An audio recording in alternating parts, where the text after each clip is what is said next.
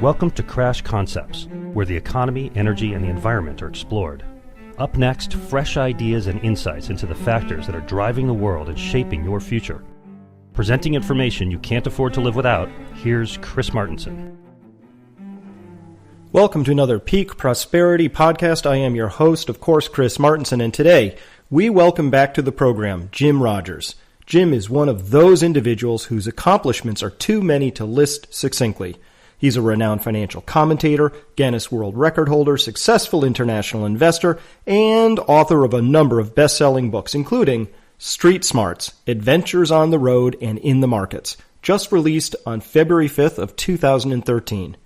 He graciously agreed to join us today to help make sense of today's gravity-defying markets, where even bad news seems to drive stock prices higher.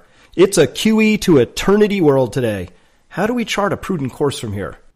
Jim, thanks so much for coming back on the program today. My delight, Chris, my delight. Well, let's start with your take on the nature of today's markets. You've said that the Fed is throwing fake money after bad debts and we're all going to suffer.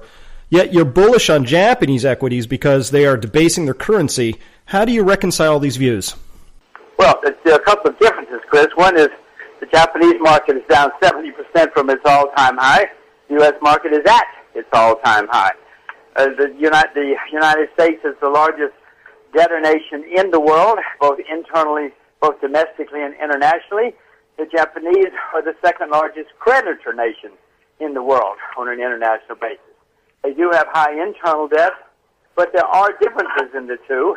And between the two, I had rather own shares in Japan, which is down 70% from its all-time high.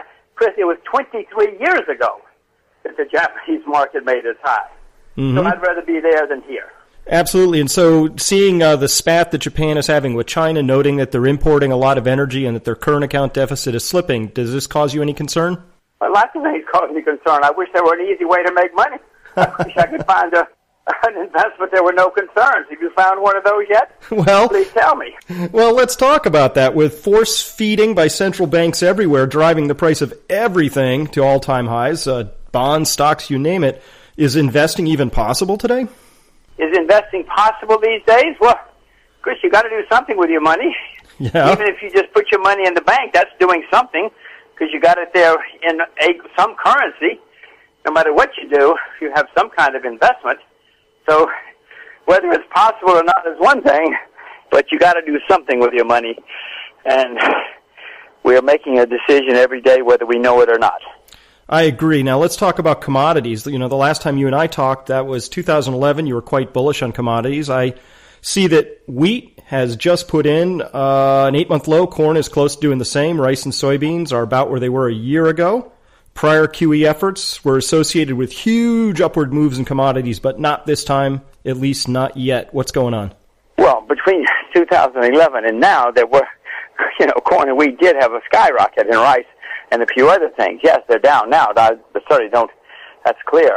But they did go up quite a lot during that period of time.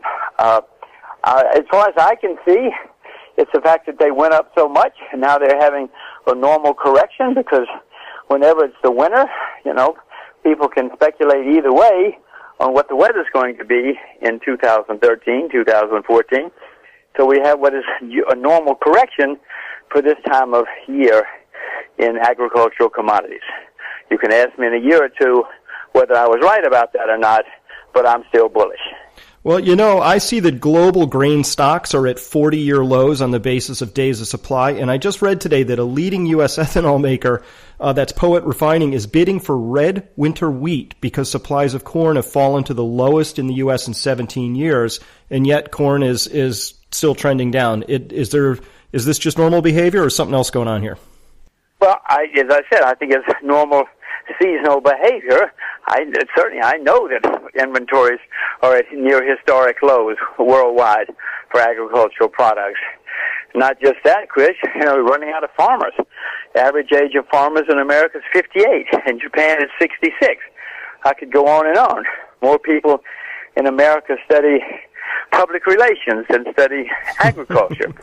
So, no, it's not just that inventories are low, we're running out of farmers, we're going to have gigantic problems in agriculture. over the next decade or two. Whether they are up in 2013 or not, I'm not smart enough to know, but I know that prices have to go much, much higher to attract capital, labor, and management, or we're not going to have any food at any price. I understand that view. Now let's talk currencies for a minute. I see the dollar has rallied of late. It's now sitting at a little more than 82.5 on the USD index. The euro is now below 130. The pound just broke through 150 this aftermarket today. The yen's getting ready to break through that floor at about 106, off of which has been bouncing for a month.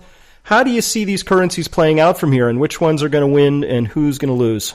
Well, boy, Chris, if you can answer that, we're all going to be rich, aren't we? I was hoping you would know. I own the dollar not because I have any confidence in the dollar, not because it's sound, but it's a terribly flawed currency, but because I expect more currency turmoil, more financial turmoil, and during periods like that, people, for whatever reason, flee to the U.S. dollar as a safe haven. It is not a safe haven, but it is perceived that way by some people. That's why the dollar is going up. That's why I own it. Will I own it in 5 years, 10 years? I don't know. For the first time in recorded history, Chris, we have every central bank, or not every, but nearly every central bank, printing money and trying to debase their currency. This has never happened before. How it's going to work out, I don't know. Just depends on which one goes down the most and first, and they take turns. And when you say, or when one says a currency is going down, the question is, against what? Because they're all trying to debase themselves. So it's a peculiar time in world history.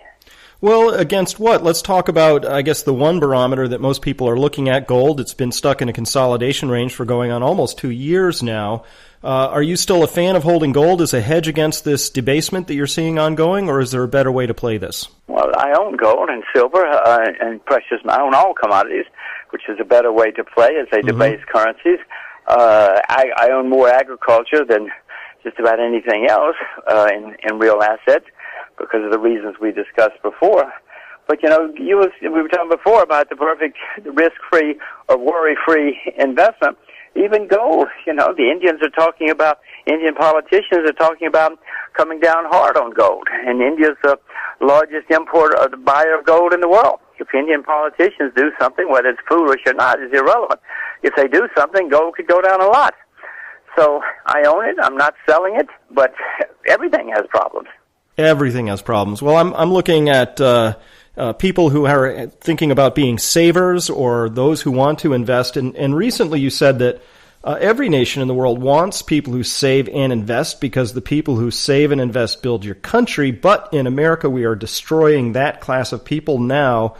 Is this what you're talking about, that we've destroyed investing because there's nothing prudent to invest in, or do you have more behind that comment? No, of course. Throughout our history, any country's history, the people who save their money and invest for the future are the ones that you build an economy, a society, a nation on. In America, many people save their money, put aside, didn't buy 4 or 5 houses with no job and no money down. They did what most people would consider the right thing and what historically has been the right thing. But now, unfortunately, those people are being wiped out because they're getting zero return or virtually no return on their savings and their investments. And we're wiping them out at the expense of the people who went deeply into debt. We're saving the people who did what most people would consider the wrong thing at the expense of the people who did the right thing.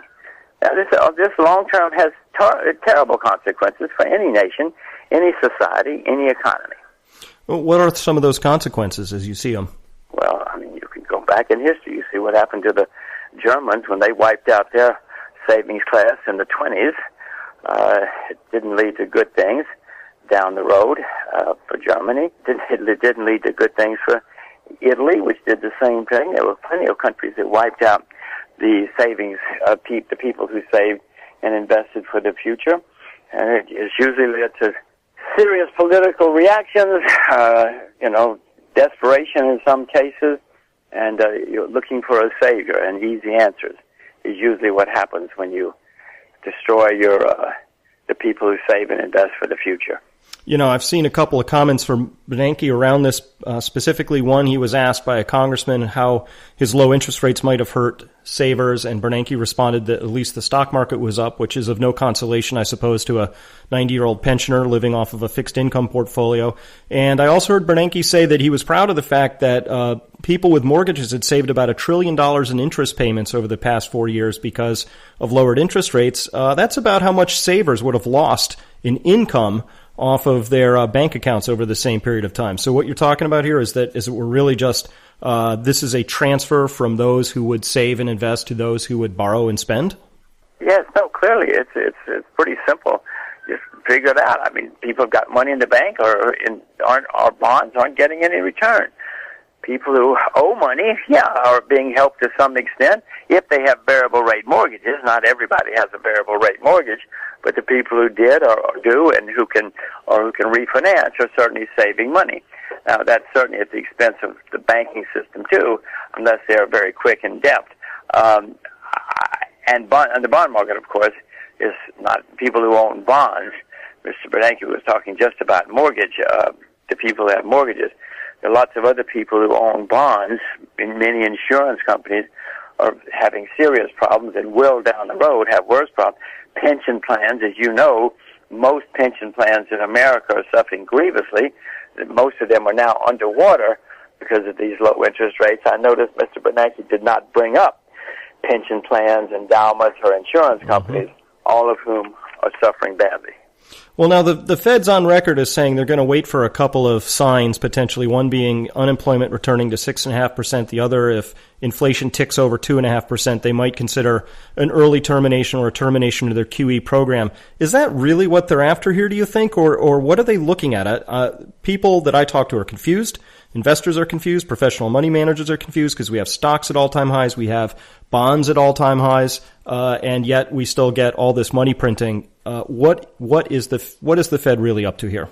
What are they worried about? Well, you said it. They're printing money. That's why bonds are up. They're buying gigantic amounts of bonds. That's why stocks are up. They're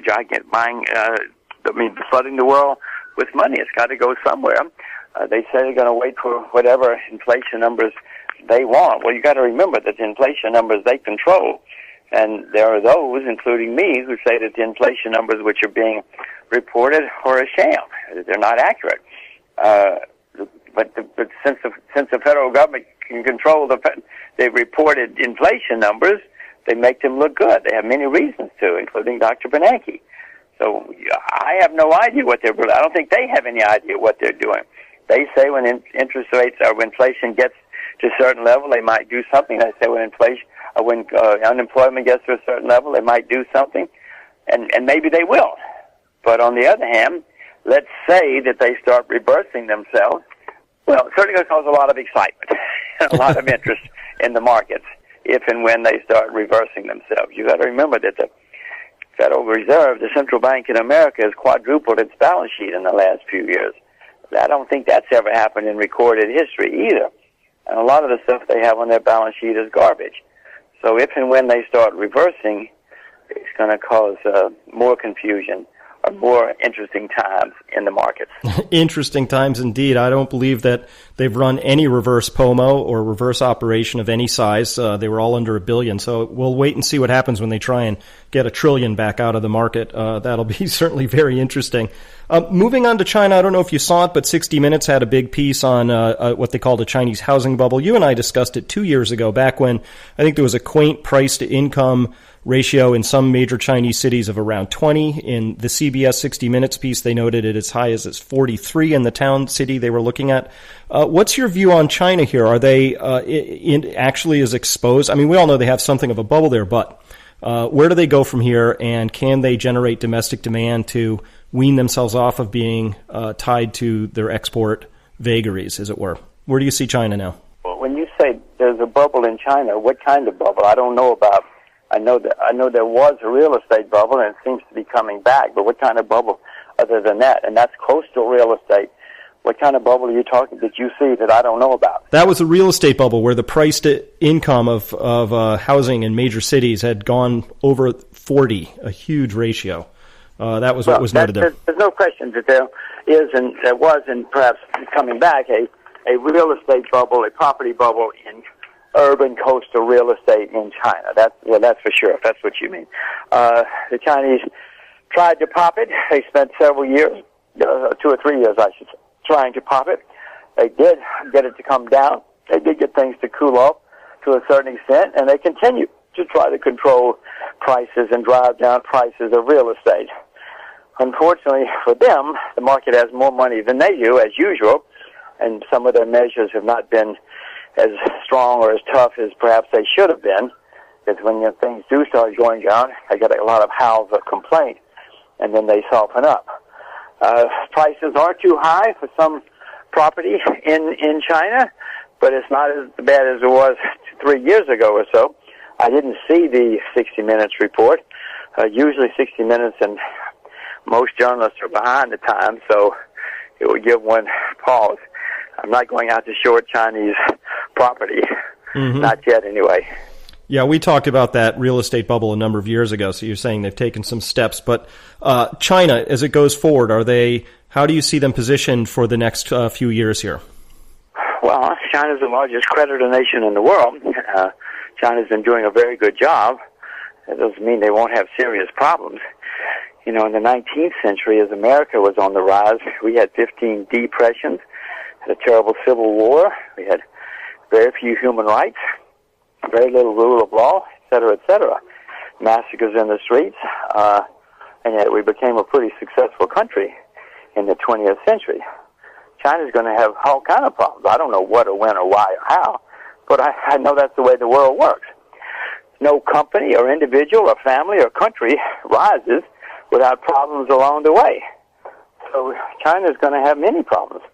But whatever problems China has, the rest of us are going to feel the effect too, because they are the second largest economy in the world and the largest creditor in the world, etc. So if China goes into the tank, you better worry about all the rest of us too. Mm-hmm. All right. Well, final question here. You have 2 young daughters. What's your advice to the younger generations looking to build a prosperous future in today's world? Well, the first advice, if you're an American, or anybody, but certainly an American, is you need to know at least 2 or 3 languages, because, in the days of the 1950s, say, when everybody learned English and all you had to do was be American, well, those days are long gone, and if I were a young American or young anybody, I would make sure I spoke 2 or 3 languages, because there's going to be a much more international world going forward. We're going to have to know more about each other. Even if the world economy disintegrates and falls apart, it's still going to require the successful people to know about the world and be part of the world. And as you know, it's a terrible problem in America. We don't speak many languages at all.